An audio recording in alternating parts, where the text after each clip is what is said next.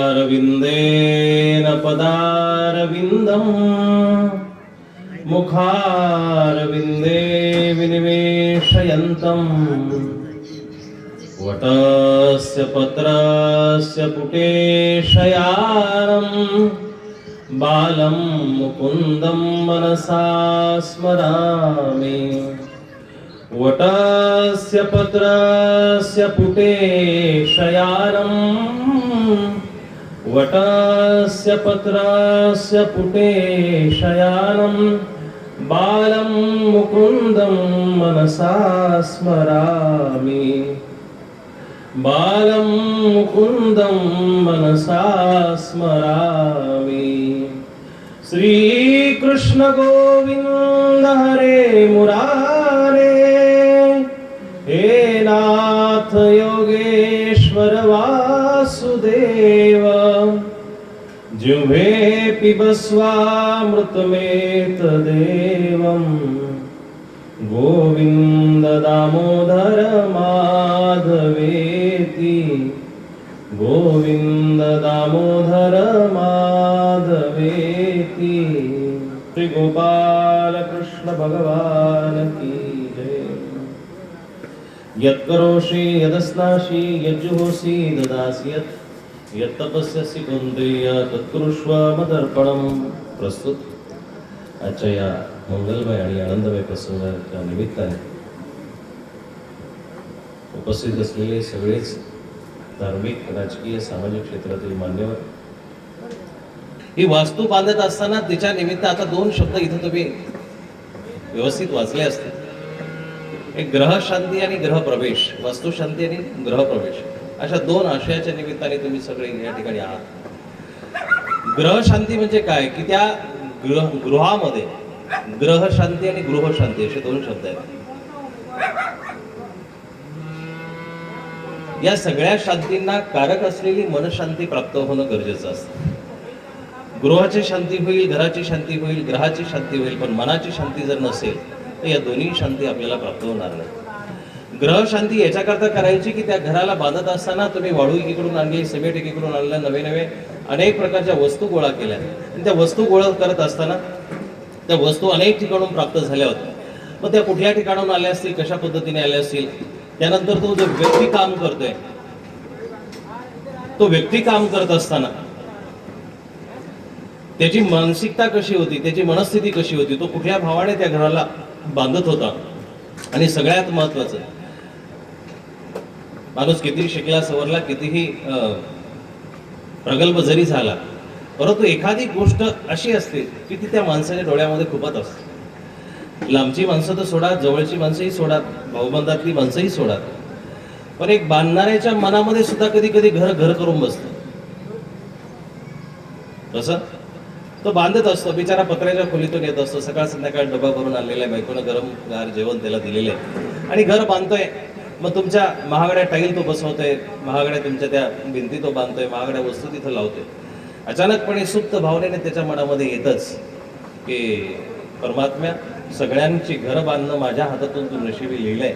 माझ्या घरावरची पत्रे 10 वर्ष झाली, 20 वर्ष झाली, ते गळतायत, सडली, तरी मला तू ताकद देत नाही.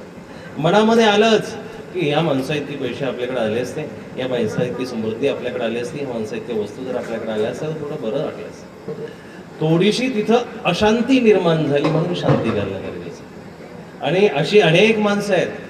हे एक उदाहरण, कोणी व्यावसायिक असेल, बांधकाम व्यावसायिक म्हणून ते मनाला लावून नका घेऊ, परंतु मनामध्ये येतच, कुठंतरी येतं. जीव स्वभावामुळे एखाद्याची वस्तू पाहिल्यानंतर माणसाच्या मनामध्ये येतच. एखाद्याची गाडी पाहिली, एखाद्याचं घर पाहिलं, एखाद्याची प्रॉपर्टी पाहिली, आपल्याकडे एवढं असतं तर आपण मस्तपैकी, माणसाला जाणीव होते की आपण दुबळे आहोत, आपल्याकडून काही गोष्टी होत नाही, आणि त्या अर्थाने शांती घालणं गरजेचं आहे. एखादा व्यक्ती आला, त्याच्या मनामध्ये ती वस्तू भरते. जिवंत वस्तूलाच नजरा लागतात असे नाहीये, जड वस्तूला सुद्धा नजरा लागतात. पूर्वीच्या काळी अशीही काही विद्यावंत माणसं होती की त्यांच्या नजरेने दगड फुटायची. गावाकडे ह्या विशेष करून बाबी आहेतच, आणखी आहेत, मान्य करा अथवा न करा, परंतु नजरेच्या द्वारे एवढी नजरेमध्ये ताकद आहे की ती नजरेची ताकद भल्या भल्या गोष्टींना बर्बाद करू शकते.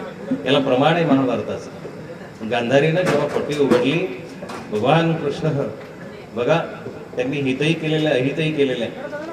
अहित करत असताना हा विचार जरूर ठेवलेला आहे की याच्या मानवतेचं नुकसान नाही झालं पाहिजे, आणि हित करत असताना हेही लक्षात ठेवलेलं आहे की धर्म प्रस्थापित झाला पाहिजे.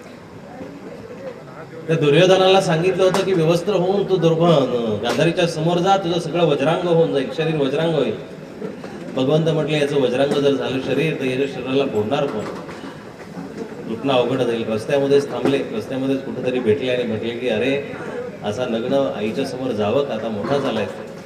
रस्त्याने परस्त्रिया असतील, बरेचशा मंडळी असेल, त्यांच्यासमोर असं जर गेला तर योग्य वाटत नाही, कमीत कमी कमरेपुरता भाग तर झाकून जा. दुर्योधनाने ते ऐकलं. दुर्योधनाला वाटलं हिताचं सांगतोय. भगवंताला एवढं माहिती होतं की याचं हितही करायचं अहितही करायचं, की हा मारत असताना याच्या कुठेही हात गदा मारली तर हा मरणार नाही, एक तरी बाजू कमजोर राहावी, म्हणून तेवढी बाजू झाकून ठेवली. आणि जेव्हा म्हणतात की त्या गांधारीच्या समोर गेला, गांधारीच्या समोर गेल्यानंतर त्या दुर्योधनाचं संपूर्ण अंग वज्रांग झालं, फक्त तेवढ्या जांगेचा आणि कमरेचा भाग तेवढा तसाच मांसाचा राहिला. आणि मग शेवटच्या समयाला भीमाचं आणि दुर्योधनाचं महायुद्ध झालेलं आहे. त्या युद्धामध्ये तुम्हाला प्रसंग माहितीच आहे की भीमाची जेव्हा गदा दुर्योधनाच्या मांडीवरती बसली, भगवंताने इशारा केला, तेव्हा त्या दुर्योधनाने प्राण सोडले. बाकी सगळं शरीर त्याचं चांगलं होतं, फक्त तेवढाच भाग तुटल्यामुळे अतिरक्तस्रावाने तो शेवटी मृत पावला. या हळूहळू अशांत मनाच्या भावना त्या वास्तू स्वीकारत असतात. आणि एक वाक्य तिथं कुठंतरी लिहूनच ठेवायचं, प्रत्येकाने आपल्या घरामध्ये लिहून ठेवा, वास्तू तथास्तू म्हणत असते. घरामध्ये तुम्ही जसं वागाल, जसं राहाल, जे बोलाल, अहो झोपडीमध्ये तुम्ही म्हणत राहिले आपले दिवस बदलले पाहिजे, हो काय म्हणतो आपण, आपले दिवस बदलले पाहिजे, ह्या घरावरचं छप्पर निघून गेलं पाहिजे, याच्यावरती पत्रे आले पाहिजे, कौलं आले पाहिजे, स्लॅब आला पाहिजे, नव्या नव्या घरामध्ये सगळ्या वस्तू आल्या पाहिजे. आणि विचार करत करत करत करत त्या घराने तुम्हाला तथास्तू म्हणलं, आणि त्या सपनातून तुम्ही पत्र्यात आले, पत्र्यातून तुम्ही बंगल्यात आले. असं उलट क्वचितच होत असतं की बंगल्यातून माणसं सपरामध्ये गेली, असं घडत नाही, सहजासहजी तर घडतच नाही.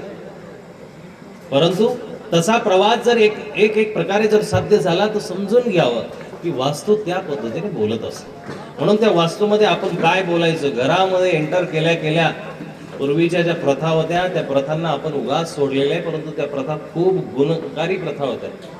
अशा उगाच काहीतरी आल्या म्हणून आल्या नव्हत्या. 2-4 प्रथा जर आपण त्या नीट लक्षात घेतल्या तर तुम्ही परत चालू कराल. पूर्वीच्या काळी दाराच्या तोंडी एक बादली ठेवलेली असायची, त्या बादलीमध्ये पाणी असायचं, त्याच्याही थोडंसं पुढं गेल्यानंतर दारातोंडी नळ तरी असायचा, आणि येणारा प्रत्येक माणूस बाहेरून आल्यानंतर पाय धुवून यायचा, आणि मग पाय धुवूनच घरामध्ये शिरायचं. आता एवढीच प्रथा उरली की कोणी ज्येष्ठ श्रेष्ठ आला त्याचेच पाय धुतात, बाकी सगळी जी काही साड्या धुण्याची घाण असेल ती घाण घरामध्येच धुतात. विचित्र झालंय, पूर्वीची माणसं घरी जेवायची आणि बाहेरच्या कार्यक्रमाला जायचे. आत्ताची माणसं बाहेर जेवण करून येतात आणि घरामध्ये घाण करतात. विरुद्ध आहे की नाही? आणि मग होतं काय की हे सगळ्या दुनियेचं गोळा करून आणलेलं आपण तिथे एकत्र केलं, मग जी घाण असते ती भलेही बोटभर असो किंवा पाठीभर असो, ते तुम्हाला त्रास देणारच आहे. ती निगेटिव्हिटी घरामध्ये होत चालली. आता हे सुविधेखातीर शहरीकरणाचा वाव आपल्याकडे आला, शहरीकरण वाढत चाललं, म्हणून आपण घरांना त्या पद्धतीने तयार करायला लागलो. परंतु हे नकारात्मक गोष्टी असलेल्या घरांमध्ये हळूहळू निगेटिव्हिटी वाढत जाते आणि घरं अशांत होतात. मग तुम्हाला कदाचित अनुभव असतील, तुम्ही सगळे भक्ती आणि प्रतिष्ठित माणसं आहात, की खूप मोठं घर बांधलं, खूप मोठा बंगला बांधला, 5-50 लाख रुपये खर्च केले, पण शांती भंग झाली. तेव्हापासून वाद सुरू झाले, भावाचं पटत नाही, बायकोचं पटत नाही, सासूचं पटत नाही, आईचं पटत नाही, असे अनेक वाद तयार झाले. त्याला कारण काय? त्याला कारणच हे की घर शांत झालं परंतु मन शांत झाली नाही. मन शांती झाली नाही, वास्तू शांती झाली पण मन शांती झाली नाही. आणि म्हणून या घरासोबत वास्तूची शांती करालच कराल, पण तुमच्या द्वेषाची, तुमच्या कामाची, तुमच्या क्रोधाची, तुमच्या ईर्षेची, मत्सराची सुद्धा शांती होणं तितकंच गरजेचं आहे. तुमच्या अहंकाराची सुद्धा शांती होणं गरजेचं आहे. आणि जोपर्यंत होत नाही, मग शास्त्रांनी 3-4 घरं सांगितली आहेत. पाप करणाऱ्याचं एक घर आहे, इथं राहणाऱ्याचं एक घर आहे, इथून चांगलं करून जाणाऱ्याचं एक घर आहे, आणि इथून भक्ती करणाऱ्याचं एक घर आहे. आणि एक सगळ्यात महत्वाचं घर हे शरीर, यालाही घर असं म्हटलेलं आहे श्रीमद भगवद्गीतेच्या 13व्या अध्यायामध्ये. याला क्षेत्र असं म्हटलेलं आहे, जमीन म्हटलेलं आहे. आणि या जमिनीवरती हृदय नावाचं घर आहे, त्या हृदयामध्ये परमात्मा नावाचा असा पुढचा भाग आहे. तो क्षेत्र या घराला सुद्धा, या शरीराला सुद्धा म्हटलेलं आहे. एक घर हे झालं ज्या वास्तूमध्ये आपण राहतो, एक घर हे झालं, आणि एक घर ते आहे की ज्या ठिकाणी आपल्याला जायचं आहे. हे 3 घरं लक्षात ठेवणं गरजेचं आहे. पहिलं घर हे शांत झालं पाहिजे, दुसरं घर हे शांत झालं पाहिजे, आणि तिसरं घर जे प्राप्त करायचंय त्या घरापर्यंत आपल्याला पोहोचण्यासाठी सगळे प्रयत्न करणं गरजेचं आहे. या 3ही घरांच्या परिभाषा सांगतो दादा.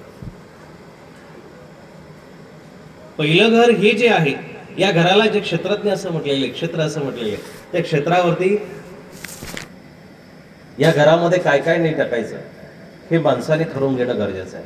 ज्या घरामध्ये तुम्ही एंटर करता त्या घरामध्ये तुम्हाला कुठं मध्यभागी चिखलाचा गोळा दिसेल का? मध्यभागीच गटार दिसेल, मध्यभागीच कचरा पडलेला दिसेल. एवढं चांगलं इंटेरियर केलं, एवढं सुंदर बनलंय, डुप्लेक्स सारखं घर आहे. या घरामध्ये जर तुम्ही कचरा टाकायला लागला, शेणकूर टाकायला लागले, चालेल का? नाही चालणार. त्या घराला ज्या पद्धतीनं त्या 4 भिंतीला आपण फरशी सफेद रंगाची आहे तिला चकचक करण्याचा प्रयत्न करतो, आणि ती सदैव ती स्वच्छ राहावी यासाठी आपण 2-4 दिवसामिळून त्याला पोचा मारतो. पण या घराला, या देहाला कधी पोचा मारलेला आपल्याला आठवतं का? आणि पोचा मारला तरीही आपण वरच्यावर मारत असतो. 100 रुपयाचे, 200 रुपयाचे साधन आहे, त्यांनी अर्धा तास आपण अंघोळ करत बसू. वरून स्वच्छ होईल, घामाचा वास येणार नाही. अंतकरण स्वच्छ होणं गरजेचं आहे दादा. जोपर्यंत अंतकरण स्वच्छ नाही, माझ्या चिंतनासाठी थोडासा श्रीमद भगवद्गीतेचा श्लोक घेतला होता. 9व्या अध्यायातील श्लोक आहे. यत् करोषि यदस्नाशी यज्जहोसि ददासि यत्. जे तुम्ही करता ते पवित्र असलं पाहिजे, जे तुम्ही खाता ते पवित्र असलं पाहिजे, आणि जे तुम्ही देता ते पवित्र असलं पाहिजे. या शरीराला पवित्र करण्यासाठी या 3 गोष्टी महत्वाच्या आहेत. यत्करोषी, जे तुमच्या हाताने तुम्हाला करायचं ते पवित्र असलं पाहिजे. यदस्नाशी, जे तुम्ही त्या हाताने खातात ते पवित्र असलं पाहिजे. आणि यज्जहोसी, जे तुम्ही देता तेव्हाच ते पवित्र होईल. जर कर्म चांगली असतील, खाणं चांगलं असेल, तेव्हाच ते. जैसा खाय अन्न वैसा होय मन, ही मन तितकीच प्रबळ आहे की ज्या पद्धतीने तुम्ही भक्षण केलं, ज्या पद्धतीची वस्तू भक्षण केली, ज्या पद्धतीची वस्तू खाली,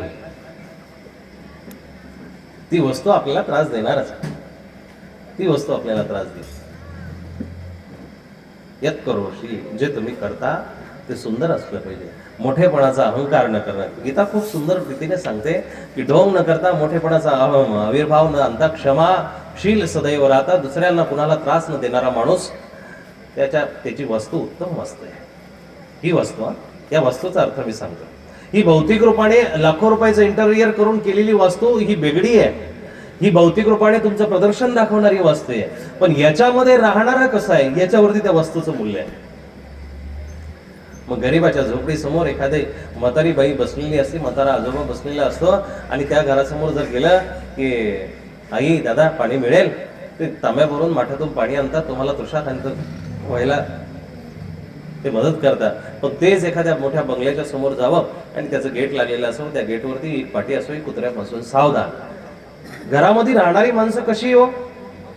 घर मोठं झालं दादा साहेब, घराच्या उंची खूप वाढल्यात, पण माणसं तितकीच खुशी व्हायला लागली, माणसं तितकीच बारीक व्हायला लागली. घरं मोठी करून काय होणार आहे साहेब? दादा, घरं मोठी करून काहीच होणार नाही. पूर्वीच्या काळची घरं बघा की एका घरामध्ये 10-10, 20-20 माणसं एकत्र झोपत होती. आता प्रत्येकाला सेपरेट खोल्या असून सुद्धा 2-2 वाजेपर्यंत जागतायत. ही शोकांतिका आहे.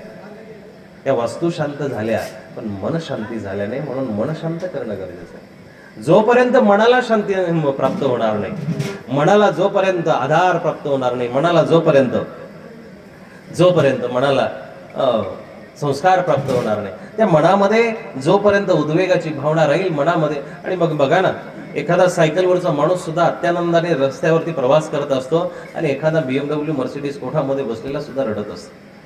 त्याच्यात सुद्धा टेन्शन आहे, त्याला सुद्धा दुःख आहे, त्याला सुद्धा त्रास आहे. हे कशाचं प्रतीक आहे? हे मनशांतीचं प्रतीक नाही आहे. त्याचं मन अशांत आहे.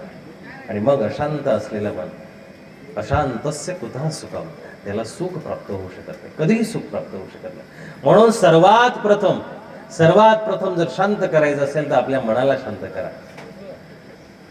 मनाला जो व्यक्ती शांत करतो त्याच्या अवतीभोवती काही असो अथवा नसो, श्रीमद भगवद्गीतेचा 12वा अध्याय सांगतो, तुल्य निंदा सुतीर मोणी संतुष्ट येन केनचित.